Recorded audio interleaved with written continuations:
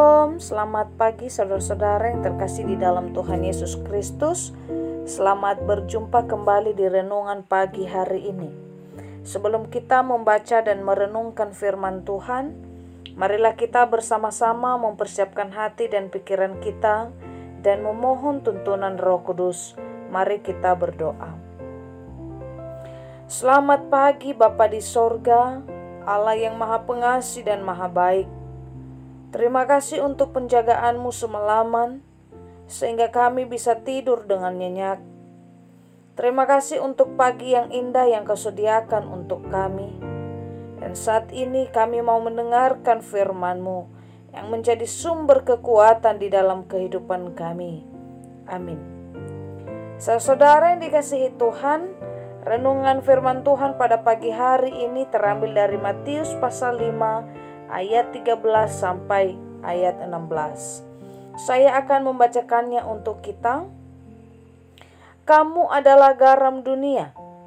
Jika garam itu menjadi tawar, dengan apakah ia diasinkan? Tidak ada lagi gunanya selain dibuang dan diinjak orang.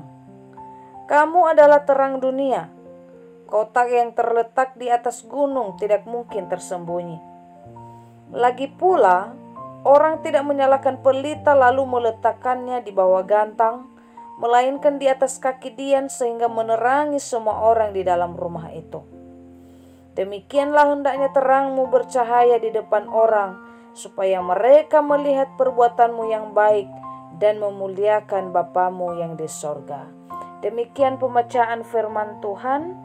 Saudaraku yang terkasih, judul renungan pada pagi hari ini adalah menjadi garam dan terang dunia. Saudara yang dikasihi Tuhan, Ibu Teresa dari Kolkata mengatakan demikian. Kita semua mampu untuk menjadi baik atau jahat. Kita tidak dilahirkan buruk. Setiap orang memiliki sesuatu yang baik di dalam diri mereka.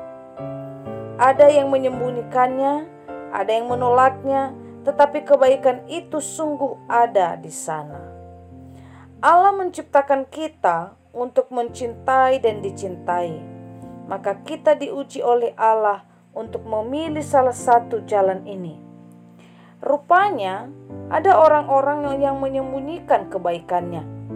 Mereka sebenarnya bisa memperlihatkan atau melakukan kebaikan-kebaikan di dalam hidupnya. Namun mereka tidak melakukannya. Mungkin hal ini dianggap wajar-wajar saja. Yang penting tidak melakukan hal yang jahat.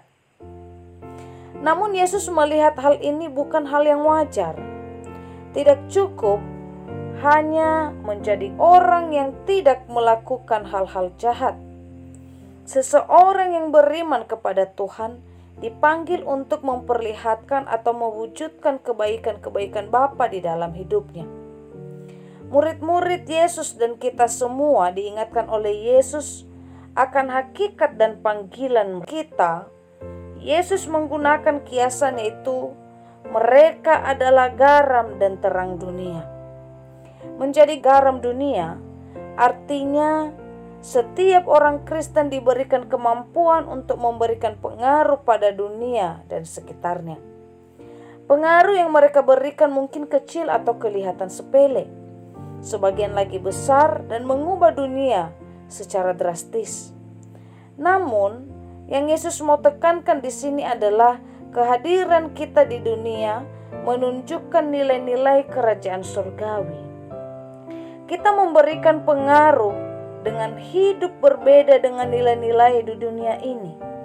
Dengan demikian, pikirkanlah cara hidup Anda, keputusan apa yang dibuat, cara menggunakan uang, bagaimana menghabiskan waktu libur dengan baik, bagaimana membesarkan anak dengan baik, bagaimana berkomunikasi dengan baik, dan bahkan bagaimana memberikan komplain untuk orang lain. Hal ini akan menjadi salah satu tantangan bagi kita untuk mempertahankan jati diri kita sebagai garam di dunia ini yang menekankan nilai-nilai surgawi. Menjadi terang dunia artinya kita harus mampu memberikan terang bagi kegelapan dunia ini dengan berbagai kemajuan teknologi dan kekayaan budayanya. Di dalam kegelapan, Orang Kristen harus mampu menjadi terang ketika melihat kegelapan di dalam diri seseorang. Kegelapan yang dimaksud adalah manusia yang tidak bisa melihat bahwa ia berdosa di hadapan Tuhan dan melakukan apa saja sesukanya di dunia ini. Menjadi terang dunia harus mampu menyelamatkan orang-orang tersebut untuk kembali kepada Tuhan. Saudara yang dikasihi Tuhan, jika Yesus meminta kita untuk menjadi garam dan terang dunia, maka hidup kita harus mengubah orang lain kepada pengenalan akan Allah yang telah mengasihi dan menyelamatkan kita. Jadi menjadi garam dan terang ada dalam konsep mengikuti, yakni keteladanan Yesus, yang tidak hanya menunjuk pada kemampuan kita mentaati ajaran dan mengikuti keteladanannya sebagai suatu formalitas, tetapi harus ditempatkan dalam seluruh kehidupan dan juga relasi kita dengan orang lain, termasuk dalam keluarga kita masing-masing. Jadi yang paling penting adalah di mana kita berada, jangan biarkan garam itu menjadi tawar dan terang kita menjadi redup. Demikianlah renungan pada pagi hari ini. Tuhan Yesus memberkati. Kita akan menutup renungan ini dalam doa, tetapi jika saudara-saudari ingin didoakan secara khusus, bisa langsung menghubungi email kami. Kerinduan kami agar channel ini menjadi berkat bagi banyak orang. Mari kita berdoa. Tuhan, terima kasih Engkau telah memberikan kehormatan yang mulia bagi kami untuk menjadi garam di dunia ini yang semakin busuk dan menjadi terang bagi dunia yang gelap ini. Tolong kami Tuhan untuk menghidupi dengan setia identitas kami sebagai garam dan terang dunia. Kiranya melalui hidup kami, orang dapat mengenal siapa Yesus, dan melalui perbuatan kami orang dapat merasakan kasih-Mu. Amin. Saudara-saudara, mulailah harimu, kiranya kasih dan anugerah Tuhan senantiasa melimpah di dalam kehidupanmu. Muliakanlah Tuhan di dalam setiap aktivitasmu dan jadilah saksi hidup bagi firman-Nya.